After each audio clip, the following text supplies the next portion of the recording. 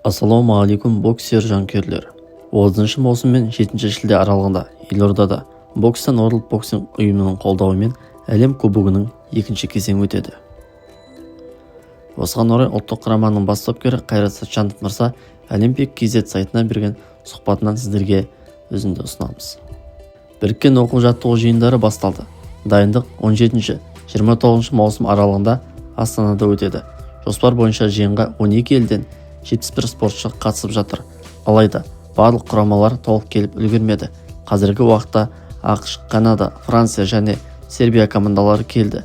Сонымен қатар Корея, Аустралия және Әзербайжан құрамалары келуі керек. Таңертең әр құрама өзі бөлек дайындалады. Ал түстен кейін біріккен оқу-жаттығу жиындары өтеді. Ал жалпы спортшыларымыздың дайындықтары жаман емес. Барлық боксшы 3 дайындық кезеңінен өтті. Бұл жарыс алдындағы соңғы оқу-жаттығу жиыны. Жігіттердің көңіл күйі, дайындықтары өте жақсы. Енді қазір ұлттық құраманың бірінші және екінші нөмірлі боксшылары оқу-жаттығу жиынына қатысып жатыр. Ал жарысқа бір ғана құрам қатысады. Негізі 2 құраманы да қатыстыруды жоспарлаған едік, бірақ рұқсат берілген жоқ. Әзірге алдын ала құрамды жасақтадық, бірақ 1-2 салмақта спортшылар өзгеруі мүмкін. Өйткені әр салмақта 2 боксшы тіркеледі. Алдын ала жасақталған құрамға төмендегі боксшылар енді: 50 келіде Санжар Ташкенбай, 55 келіде Махмуд Сабырхан, 60 келіде Серік Теміржанов, 65 келіде Ертуған Зейнуллинов, 70 келіде Абылайхан Жүсіпов, 75 келіде Сабыржан Аққалықов, 80 келіде Нұрлбек Оралбай, 85 келіде Бекзат Нұрдәулетов, 90 келіде Сағындық Тоғанбай, 90 келіден жоғары команда капитаны Айбек Оралбай.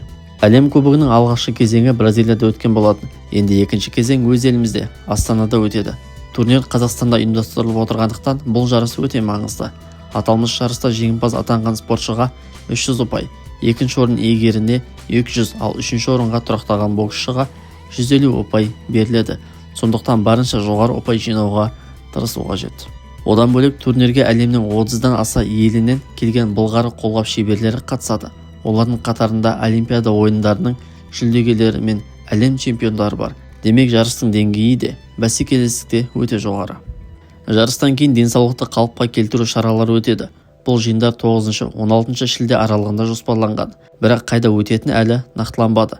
Қалыпқа келтіру шараларынан кейін 20 шілде мен 7 тамыз аралығында Алматы қаласында жалпы дене дайындығына бағытталған оқу-жаттығу жиыны өтеді. Бұл 4 және 14 қыркүйек аралығында Англияның Ливерпуль қаласында өтетін әлем чемпионатына дайындықтың бірінші кезеңі. Ал екінші кезең Алматы қаласында 14-26 тамыз аралығында жоспарланған. Сондай-ақ 26 тамызда Алматыдан Англияға аттанамыз. Соңғы дайындық жұмыстары сол жақта өтеді. Бұл ұлттық құраманың бас бапкері Қайрат Сатчанов мырзаның алдағы әлем кубогы қарсаңында берген сұхбатынан үзінді. Енді алдын ала белгілі болған әр салмақтағы боксшыларымыздың жетістіктеріне кішігірім тоқталып өтейік. 50 келіге дейінгі салмақ дәрежесіндегі еліміздің нөмір 1 боксшысы Санжар Ташкенбай қазақ бокс тарихындағы ең жас әлем чемпионы.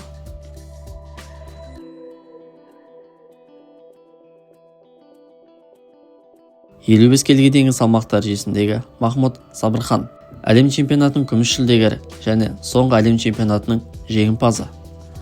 60 келіде өнер көрсететін Серік Теміржанов 2021 жылғы әлем чемпионатының күміс жүлдегері.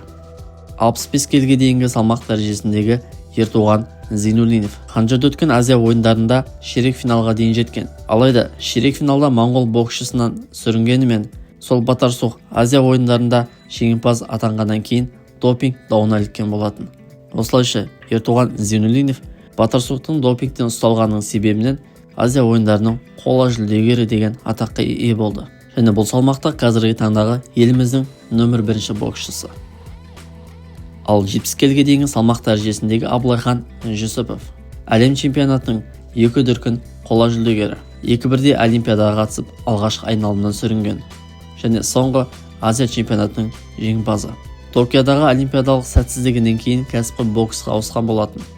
Алайда араға 3 жыл салып қайтадан әуесқой боксқа қайта келді. 75 келіге дейінгі салмақ дәрежесінде Сабыржан Аққалықов. Осыған дейін 71-де ойнап келген Сабыржан өз салмағында Абылайхан Жүсіповке орын беріп, өзінің бағын қазір 75 келіге дейінгі салмақ дәрежесінде сынап жүр.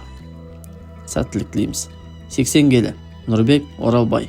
Әлем чемпионы. Парижде өткен Олимпиада ойындарының күміс жүлдегері. 85 келіге дейінгі салмақ дәрежесіндегі Бекзат Нұрдәулетов. Токио ойындарының қатысушысы. 2019 жылға әлем чемпионатының жеңімпазы. Және сол әлем чемпионатында кімді жеңгені әлі есімізде. Кубалық атақты даңқты боксшы Холио Ла Круз және оны нокдаунға да жіберіп үлгерген. 90 келіге дейінгі салмақ дәрежесіндегі Сағындық Доғанбай. Сағындық Доғанбай қазір ауыр салмаққа бейімдеп келеді және еліміздің нөмір 1 боксшысы болып үлгерді. Осыдан 1,5 жыл бұрын 86 келіге дейінгі салмақ дәрежесінде өнер көрсетіп келген болатын. Ал аса ауыр салмақ дәрежесіндегі еліміздің қазіргі таңдағы капитаны Айбек Оралбай. Азияның 2 дүркін чемпионы. Парижде өткен Олимпиада ойындарында ширек финалдан сүрінген. Өздеріңіз көргенде жалпы құрам осындай. Бас бапкердің айтуы бойынша 1-2 салмақта әлі де өзгеріс болуы мүмкін. Сіздер қай салмақта өзгеріс орын алады деп ойлайсыздар? Менің ойымша 60 келі немесе 65 келіге дейінгі салмақ дәрежесі. 70 келідегі Сабыржан Ақылықты да айтуға болады. Осы 3 салмақтың біреуінде бәлкім боксшылар ауысуы мүмкін. Мәселен 60 келіде Талғат Сырымбетов және Оразбек Асылқұлов бар. Ал 65 келіге дейінгі салмақ дәрежесінде Мұхаммед Сабыр Базарбайұлы мен Дулат Бекбауовты атауға болады. Ал достар, өз елімізде Астана төрінде өтетін World Boxing ұйымының ұйымдастыруымен болайын деп жатқан әлем кубогына баршаңызды көруге шақырамыз. Кіру тегін. Бокс кеші Жақсылық Үшкемпіров атындағы жекпе-жек сарайында өтеді. Өз боксшыларымызды өз елімізде қай кезде де қолдауды үйренейік. Жеңісті күндерде жүздескенше ағайын қазақ боксы жасасын.